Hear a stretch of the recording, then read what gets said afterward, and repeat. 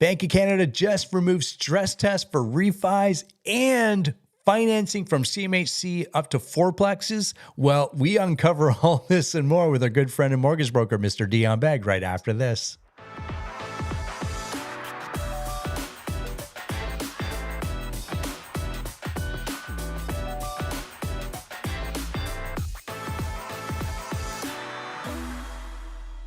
Here we are, my friends, once again with our favorite mortgage broker in all of the land. We take 1 week off, Dion, and the news hits the you-know-what. Yeah, there's so much to talk about, and again, we missed our regular scheduled time because my kids got sick. So then I got sick and I lost my voice. So I'll do my best to vocalize everything that's been happening the last little while. Vocalize. There are people singing and yelling from the mountaintops, and there's a lot of I don't want to say misinformation up there, but maybe misinterpreted information. There's lots that the government released over the last, say 14 days. And of course, now, time is always of the essence where you have time to reflect and research and figure out what's really going on. So lots of changes from the Canadian government and CMHC and everyone in between. Where do you want to start with what's the latest? So actually, let's start with OSFI, which is the regulator for mortgages in Canada.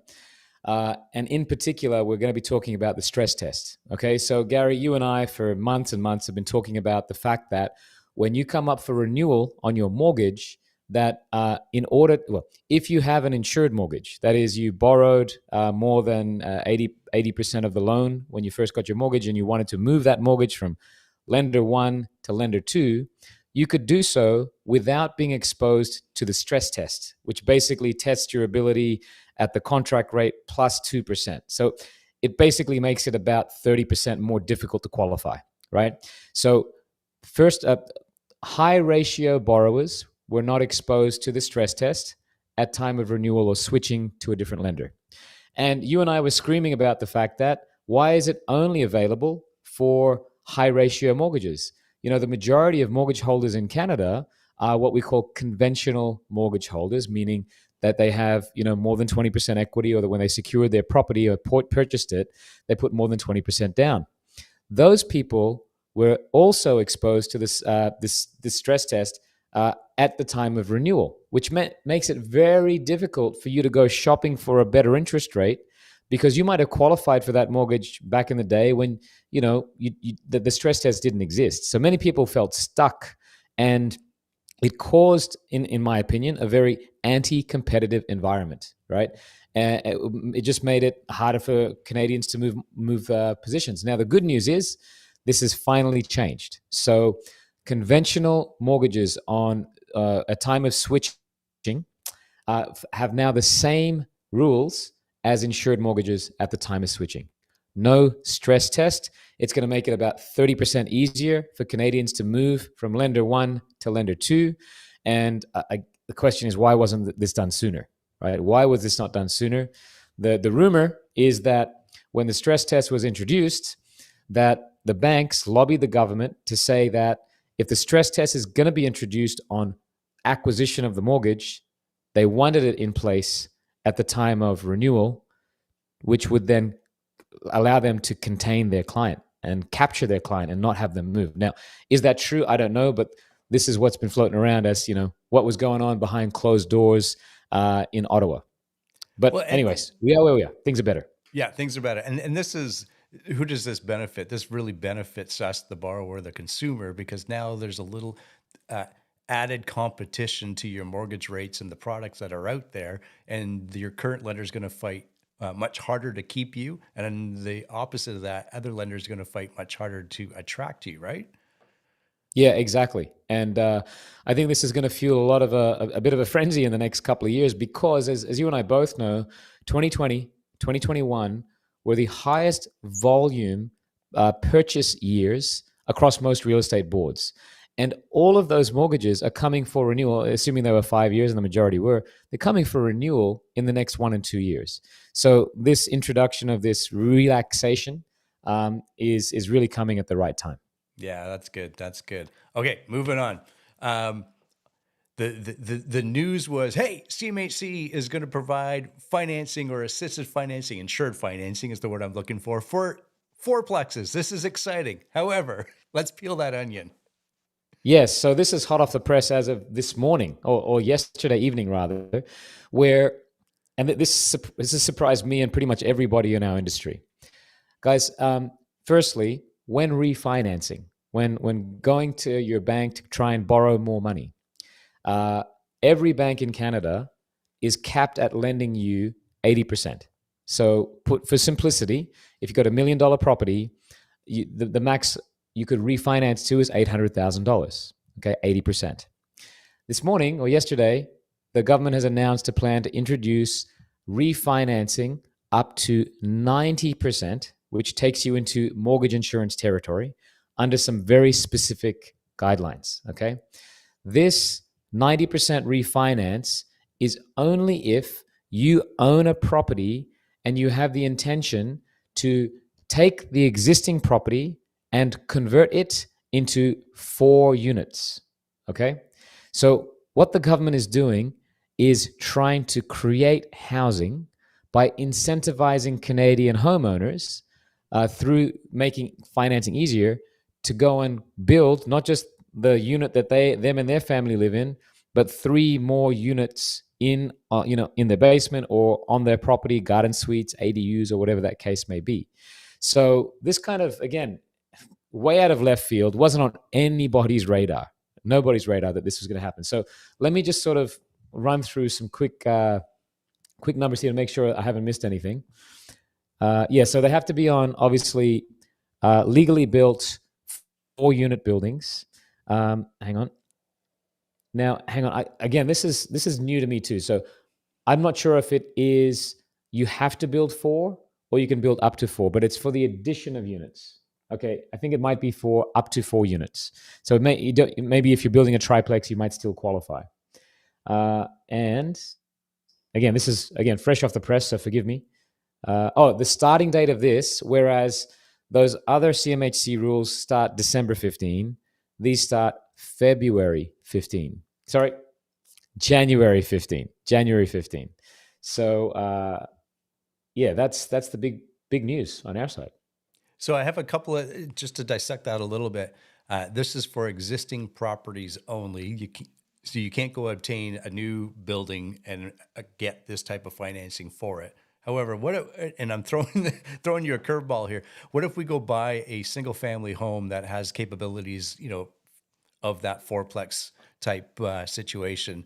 We go put short term financing on it, meaning 1 year open or something like that, and then now we own it. Do you think we can obtain that new CMHC financing once I own it? You're talking like a real estate investor person there, Gary. I But shouldn't do that. but 100%, my interpretation is in line with yours in that if you go buy a single family home, let's say you've looked around at the area and there's precedent for the ability to add more units and you have enough land to do so, then it would be reasonable to think that after acquisition, you go and get the plans and the permits and all those things, then you would have what you need to then refinance after the fact and then go and build those extra 3 units on that property. So I can imagine that there will be some people who will pursue this. I did some quick math here, and by the way, this is available for properties up to the value of $2 million. Meaning that 80% of that number, 90% of that number is $1.8 million. And just interestingly, you need a household income of at least 350 grand to qualify for that number. So just keep that in mind. Even though this is possible, you still have to be able to qualify. Yeah. Yeah.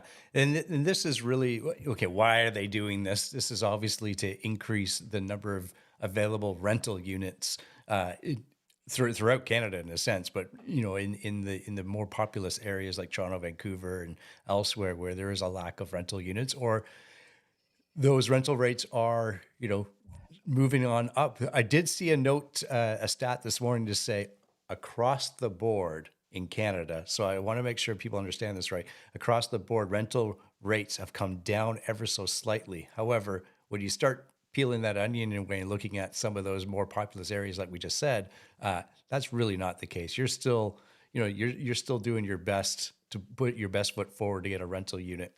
Okay, so Yeah, most definitely. Actually, Gary, I'll just expand on something there, which is, again, we've done some programs where we've discussed this very ambitious goal of 3.8 million homes by 2030, right?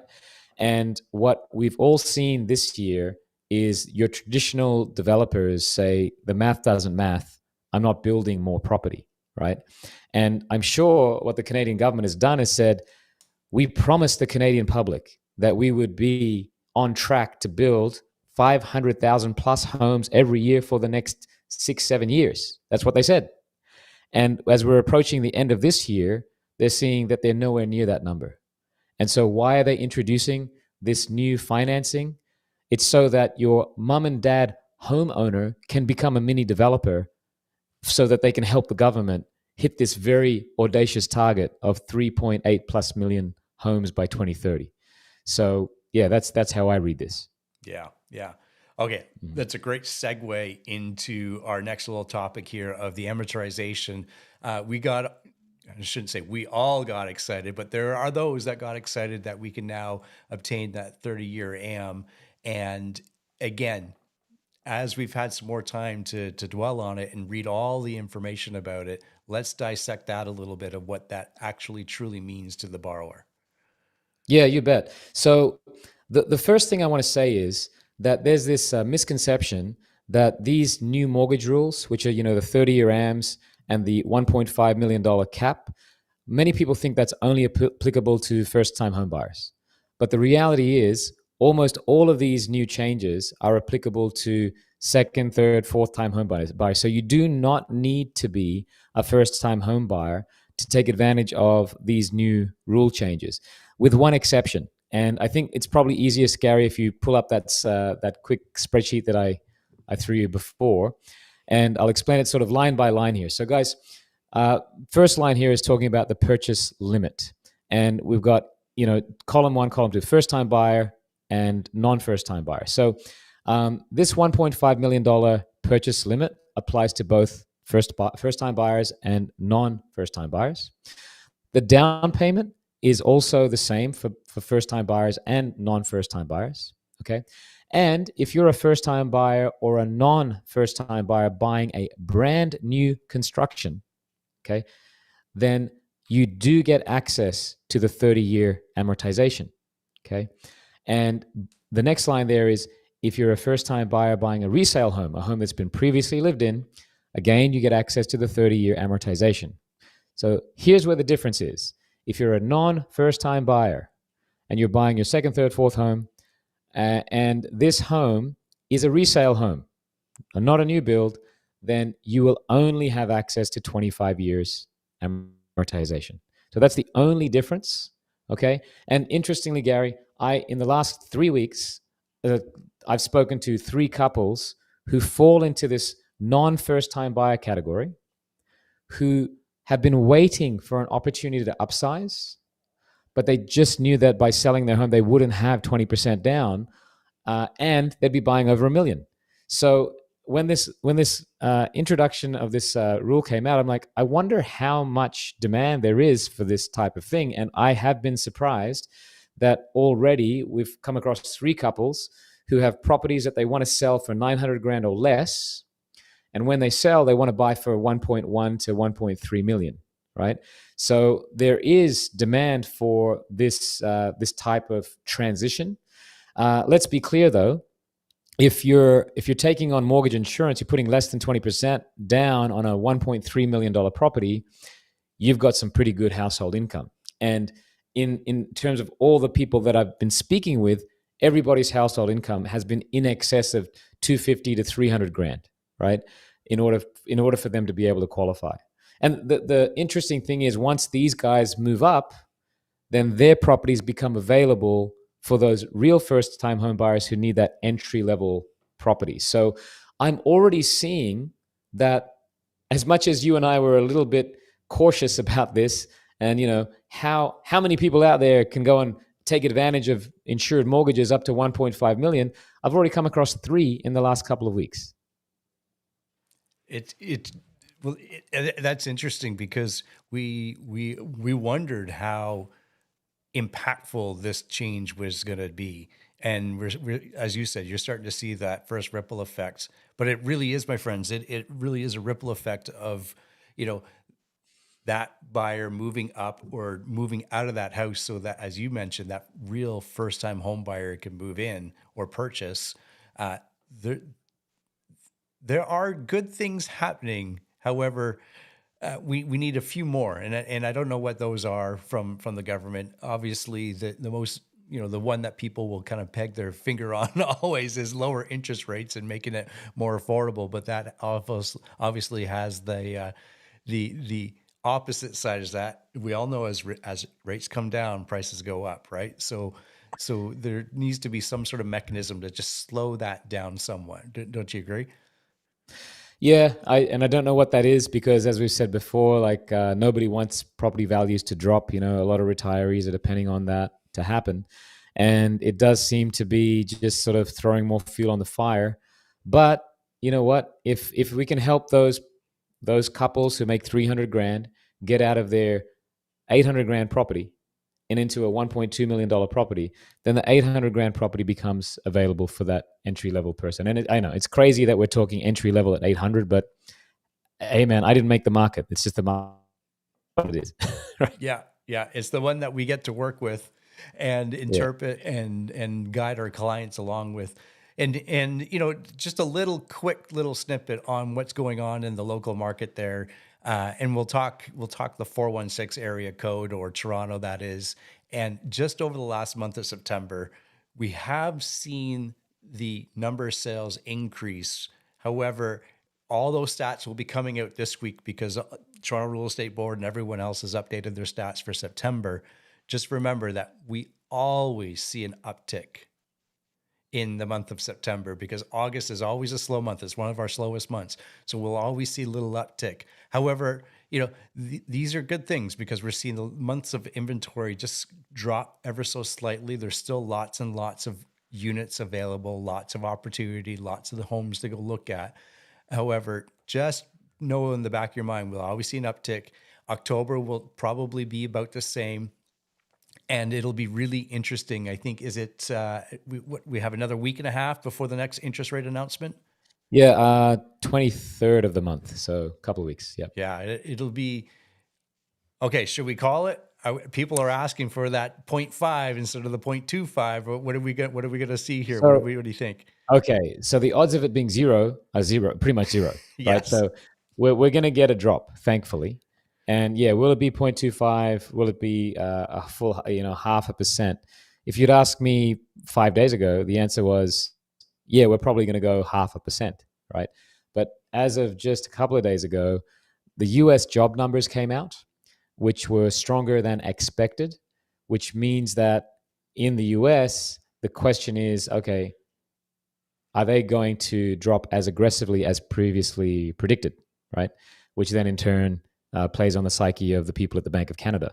So the chances of a 0.5% drop are slimmer this week than they were last week. That's what I will say. Okay, there you have it, my friends. And there's interesting things happening down in the US outside of the election. Of course, we have like the natural disasters and everything, and that all plays into what their economy does.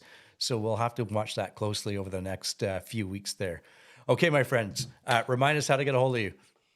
Yeah, kangamortgage.ca or on Instagram at the Dion Beg. There you go. That's Dion Beg. I'm Gary McGowan. We'll see everybody in the next episode. Goodbye for now.